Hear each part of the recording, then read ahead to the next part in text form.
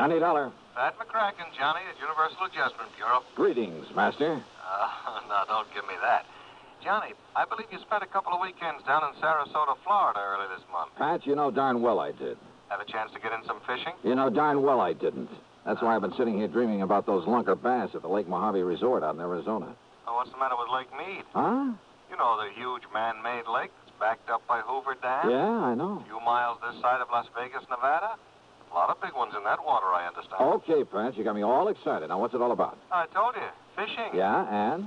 That's all. Except... Yeah, except what? Slight case of murder.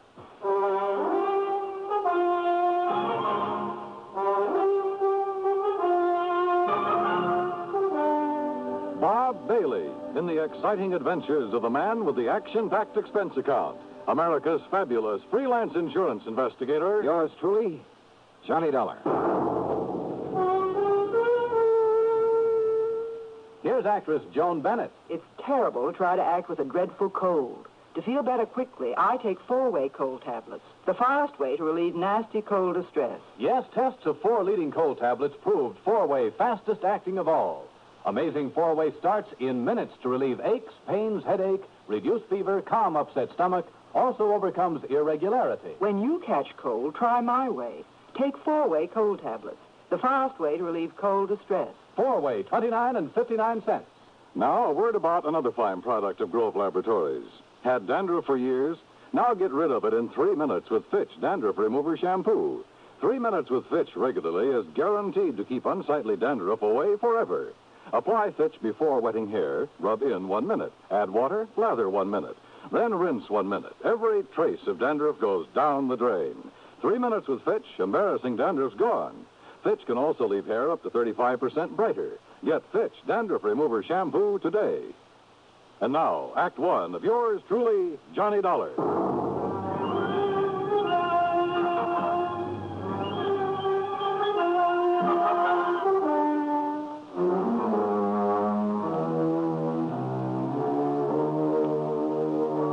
Expense account submitted by Special Investigator Johnny Dollar to the Universal Adjustment Bureau, Home Office, Hartford, Connecticut. Following is an account of expenses incurred during my investigation of the Lake Mead mystery matter. All right, now, Johnny, your contact will be Mr. Roscoe Trimmer. He's head of the local office of Greater Southwest Insurance and Liability right there in Las Vegas. You said murder. Can you give me any details? No, you'll have to get everything from Trimmer. All I know is there's a $20,000 policy involved and double indemnity. So the sooner you get out there, the better. Okay, Pat. I'll grab the first plane I can. Expense account item 1, $2 even for a fast taxi to the airport. Item 2, $6.70 plane fare to New York. Item 3, $145.05, another plane ticket. And I barely made the 12 o'clock noon mainliner, which promptly took off and headed west to Las Vegas, Nevada.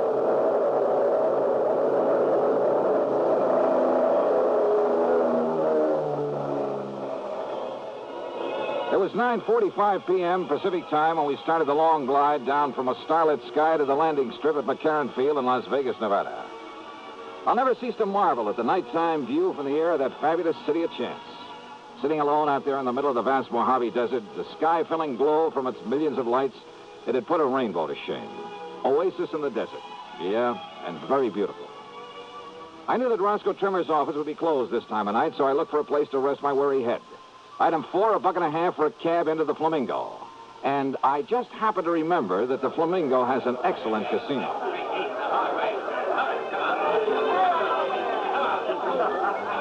Now, I'm really not a gambling man in the usual sense of the word, but who can resist the lure of the dice and roulette tables, the blackjack, even the slot machines in a setting like this? Sure, the house always wins, and the sucker who forks out his hard-earned money doesn't stand a chance. But you know something? After a few hours of play, I came out so far ahead that I won't even bother to list my food and hotel room on this expense account. I really cleaned up. How much? Well, if I told you, you'd probably want me to absorb the whole thing, so I won't. Then, early the next morning, I met Roscoe Trimmer at the office of Greater Southwest Insurance and Liability. Dollar, I'm glad you could make it.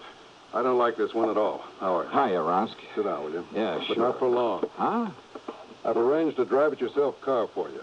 And the sooner you can get over to Lake Mead, the better. Well, just where, Roscoe? That's a pretty big lake. Overton. A little town 50, 60 miles north and east of here, at the upper end of the lake. So what's happened up there? Johnny, a client of mine, Thomas Mayfield Thomas, came out here from Chicago last year. Retired here. I don't know much about him except that our Chicago office sent me his file when he came and asked me to look out for him. Uh-huh. Go on. About a week ago, Thomas and a friend went fishing together out of Overton Landing.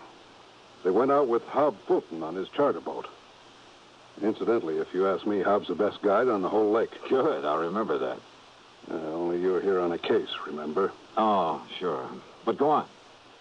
Well, the fishing must have been pretty good, because they stayed on at the Overton Motel. Then the next morning, they went down to the landing, rented a little Arkansas Traveler and a 10-horse Johnson, and went out fishing on their own. Rosk, I may try that very thing myself. But about the middle of the afternoon, a big east wind came up. You know what that means? I know that when a big Easter hits one of those desert lakes, there's only one thing you do, get off it quick. Well, they didn't, Johnny. At least not quick enough. The following morning, when the blow had died down, Hob Fulton went out to look for him. And? He found the boat, all right. Beached on a point down near Goat Island. And Mr. Thomas's friend. What about Thomas? His friend says that Thomas went overboard when the squall hit him. Well, it's certainly possible. Yes, it is. Possible. The chomp on a lake like that can build up waves 8 and 10 feet high, enough to throw a man off any kind of a boat. Yes, I know. But you don't think that's the way it happened? I didn't say that, Johnny. It's just that... Well... Okay, Rosk. What was his fishing pal's name? Charlie Wentworth. Does that mean anything to you? No. Well, I'm afraid I don't know very much about him either. Except that he, too, came here from Chicago. Arrived in town about 2 weeks ago. I take it that's where he knew Thomas, back in Chicago. Yeah, apparently. Well, what about him? What does this Charlie Wentworth do? Apparently nothing. But hang around the gambling joints. Oh, he does a little dealing and shilling for some of them now and then. There's talk he's been making illegal book on the races, though nobody's pinned it on him. So, in your book, he's an undesirable character. That's right. But is that reason to suspect he took Mr. Thomas out on that lake and murdered him? Now, Johnny, there's been a lot of worry around this town about some of the people who've come out here recently from Chicago. You know, ever since those investigations began back east. So what? Does that mean everybody who comes from there is a killer? No, of course not. But a man who doesn't really work for a living, you know, just spends all his time around the gambling tables, has no visible, regular means of support. Thomas was retired. Maybe Charlie Wentworth is, too. Oh, Johnny. Besides, who knows? Maybe Thomas will show up. Maybe he swam to shore and is plotting his way back through the desert. Oh, now, you know the odds against a city man surviving out there. Well, does anybody really look for him? Everybody. The police, the National Park boys, everybody. Not only in boats, on foot, but they even use planes and a helicopter. They found no trace. Well, that still doesn't prove anything. Tell me this. Are the police holding Charlie Wentworth? No, they're not. Which means they don't feel they have any reason to. But you still think I ought to investigate? Yes, I do. Roscoe? So do I.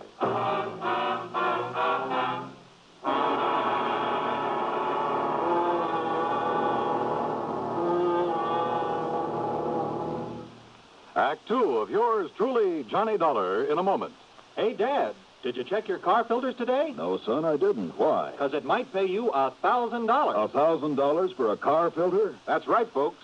You may have a filter under the hood of your car worth $1,000 and not even know it. A Fram filter worth 1,000 silver dollars. A regular filter change is important to today's cars. So important that Fram Corporation is paying $60,000 to get you to check your filters now. Last year, in preparation for Fram's silver anniversary, 10,000 secretly numbered Fram filter cartridges were distributed all over the United States and installed in cars during regular servicing. These filters are worth from $1 to $1,000. You may have one in your car right now and not even know it. Check your oil filter and air filter now. If there's a specially numbered Fram filter in your car, you will win up to 1,000 silver dollars, and your dealer will win the same amount. Get in on Fram's big silver treasure hunt. Check your car filters now. And now, Act 2 of yours truly, Johnny Dollar, and the late Mead mystery matter.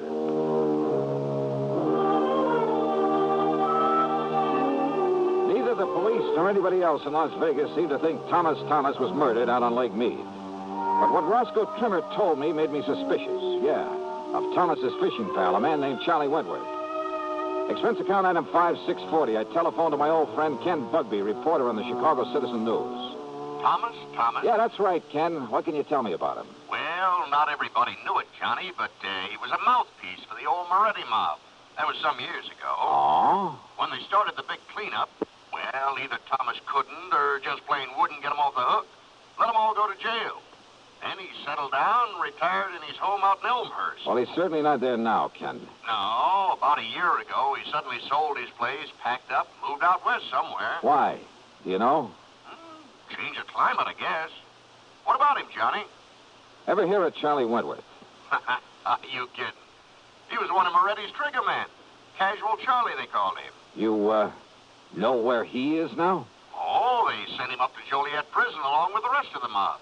Those boys will be in the clink the rest of their natural... Oh, wait a minute. Yeah? Casual Charlie and Snooty Wilson were released. Yeah. And, hey, that was just about the same time that Thomas moved away from here. If that means anything. Baby, I got a hunch it means everything. Oh? Like what, Johnny? Thanks a lot, Ken.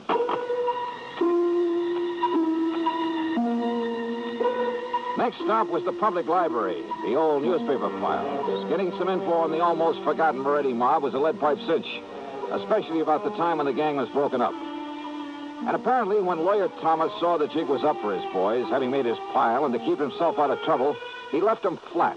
He'd let them get sent to the pen without raising a finger in their defense. So don't tell me that a mobster wouldn't want to get even with the guy who'd let him down. Sure, Charlie had killed Thomas. I was sure of it without even seeing him. But to prove it without the corpus delicti, I spent item $6, $32 even on some equipment at a sporting goods store. Then I drove north on Highway 91 to the quiet little town of Overton. There I learned that for once, Hob Fulton, the fishing guide, had a free day on his hands, that he was down at the lake some 12 miles east of the town. I met him at the dock, and within a few minutes, we were on board as Higgins run about and heading south. Lake Mead is a tremendous thing, something like a 550-mile shoreline, the biggest man-made body of water in the world, I believe. Just thinking about the record-breaking largemouth bass that have come out of that lake fairly made my mouth water. I carefully checked out the equipment I'd brought along. You spent a lot of good money renting that stuff from Shelby's Sporting Goods down in Vegas, huh? Yep. Well, where's the spear? Bob, I don't think I'm going to need a spear. I don't think you're going to need any of that stuff. You ask me, Dollar, if you want to catch fish, borrow one of those rigs I brought along. Bob, I just want you to take me to the same spot you took Mr. Thomas and Charlie Wentworth. Too bad about that, Mr. Thomas. I got him a lot of nice bass, though. You know, fishing only real deep holes. That's where they are this time of year. That's what I figured. If only they'd had sense enough to come back in that next day when the wind started to blow. Did they seem to get along all right, Hob? I told the police about that, Mr. Dollar, but I guess it didn't mean anything. Told them about what? Well, you ask me. Mr. Thomas wasn't any too happy fishing with Charlie Wentworth. But Charlie kept saying, let bygones be bygones, and let's enjoy the fishing, so... When you found Charlie in the boat the next morning, was there tackle still in it? Have you ever seen this lake when there's a big blow from the east, Mr. Dollar? I've seen Lake Mojave when it's been that way, but you haven't answered my question. No, sir. The tackle boxes got thrown overboard along with everything else. Even that big one of Charlie's. Dollar, he had enough stuff in that thing to sink the Queen Mary. He did, huh? Like what, Hob? Well, I didn't poke around in it. When I hoisted it on board. Oh, look, there's the glory hole. First place to stop for him. So if that's what you want, that's where we'll start. How deep is it? Oh, I'd say about a 3 1/2. A 3 1/2? Well, you know how high a fair-sized tree is. Glory hole's about a 3 1/2. Oh, I see. But, Johnny, if you're going to use that rig you brought along... I'll just pull up to the same spot you showed them where to fish.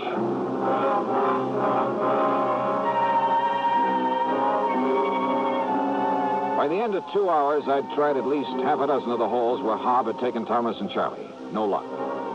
Then we went 4 or 5 miles further down the lake and pulled up just below Goat Island, just below the big rock slide. Deepest hole in this part of the lake, Dollar. Must be near the 5 trees. A lot of ledges down there on the sides of it, so you better go kind of easy. I covered every inch of that hole, and with the aid of a powerful waterproof headlamp I brought along. Then finally I came back up to the surface. That's right, I said came back up to the surface. Here, Johnny, let me give you a hand back in the boat. No, thanks. I'll rest you in the water for a minute. That's a pretty deep hole. Yeah, but how you ever expect to catch bass in that skin diving rig without even a spear? Hand me a long rope, Hob. I found it down there. Huh? Yeah, on a ledge about 50 feet down, lashed onto that heavy tackle box you were talking about. That's what made it sink. What are you talking about, Johnny? The body of Thomas. What? Yeah, and there's a bullet hole right between the eyes. Act 3 of yours truly, Johnny Dollar, in a moment. Be sociable, look smart, keep up to date with Pepsi, drink light, refreshing Pepsi, stay young and fair and debonair, be sociable, have a Pepsi. When friends drop in, let your hospitality show you're sociable in the modern manner. Pepsi, you know, is the favorite of the smart and young at heart. Be sociable, look smart, keep up to date with Pepsi, drink light, refreshing Pepsi, stay young and fair and debonair, be sociable, have a Pepsi. Have you tried a Pepsi lately? And now, Act 3 of yours truly, Johnny Dollar.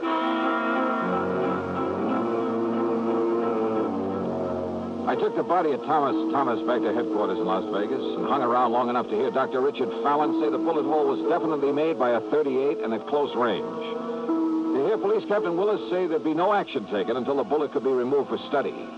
But I knew he'd change his mind when he had time to think about it. So I left headquarters and started making the rounds of the gambling casinos. Luck was with me. At the second place I stopped, one of the public joints on Fremont Street.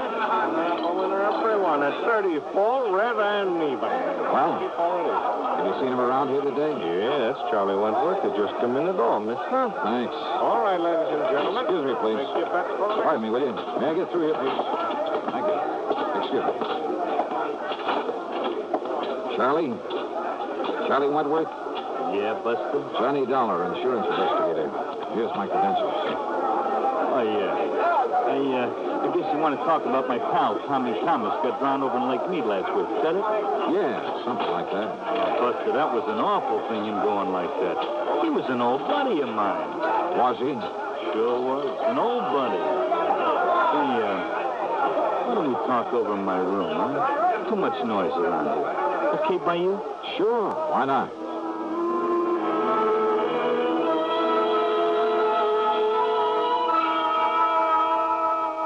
Are you kidding? I'm not kidding. No. Listen, Dollar, I haven't packed a rod since the old days of the Moretti mob back in Shive. I'll bet. That's a fact. It's the truth.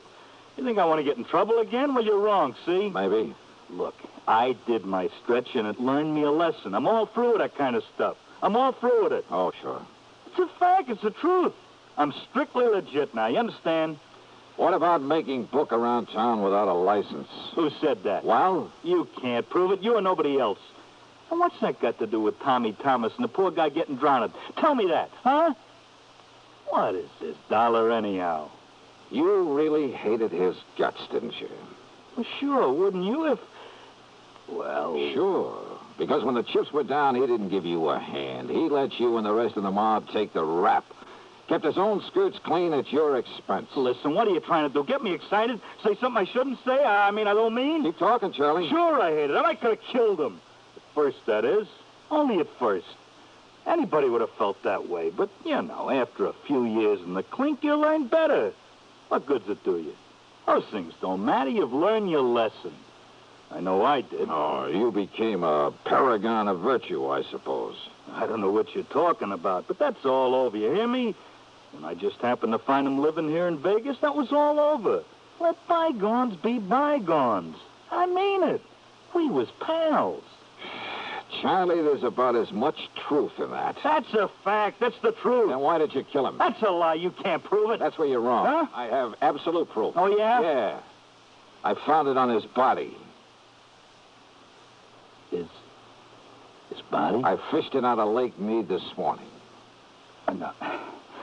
Now, listen. You had Hob Fulton show you all the deepest holes when you went out fishing with him. Then the next day, you took Thomas out there alone. You killed him, tied that weighted tackle box to his body, and let him sink down in the deepest hole of all, down below the rock slide. That moonstone. Yeah. Gave you the greatest excuse in the world for coming back alone, didn't it? You couldn't have had it better if you'd planned that storm yourself. But it didn't excuse the bullet hole in Tommy Thomas's head from your gun.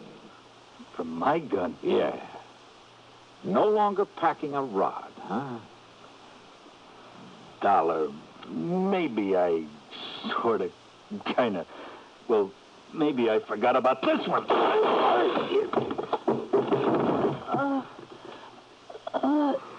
Trigger man, huh? You're a lousy shot. And pretty slow draw, thank heaven. You know something? Now I think I have got proof. Yeah, this gun of yours.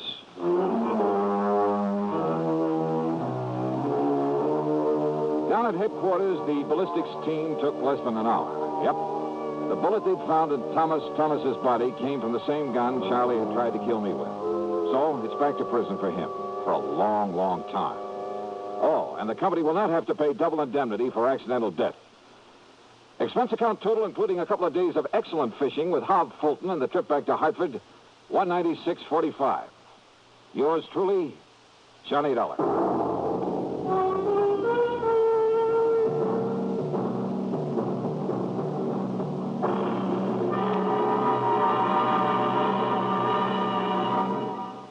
Our star will return in just a moment.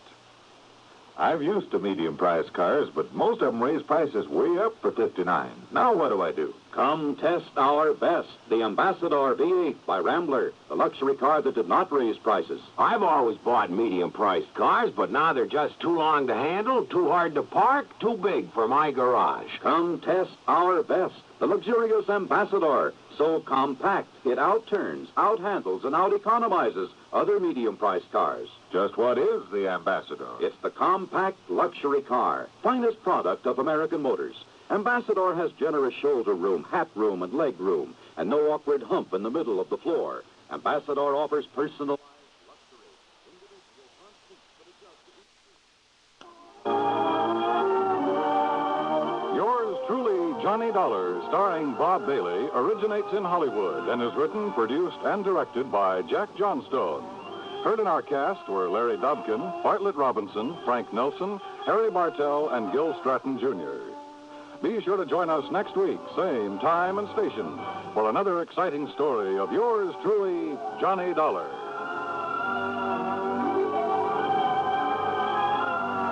This is Dan Coverly speaking. By far, radio's outstanding theater of thrills, Suspense, next on the CBS Radio Network. 59 on your dial, WAUTW Albany.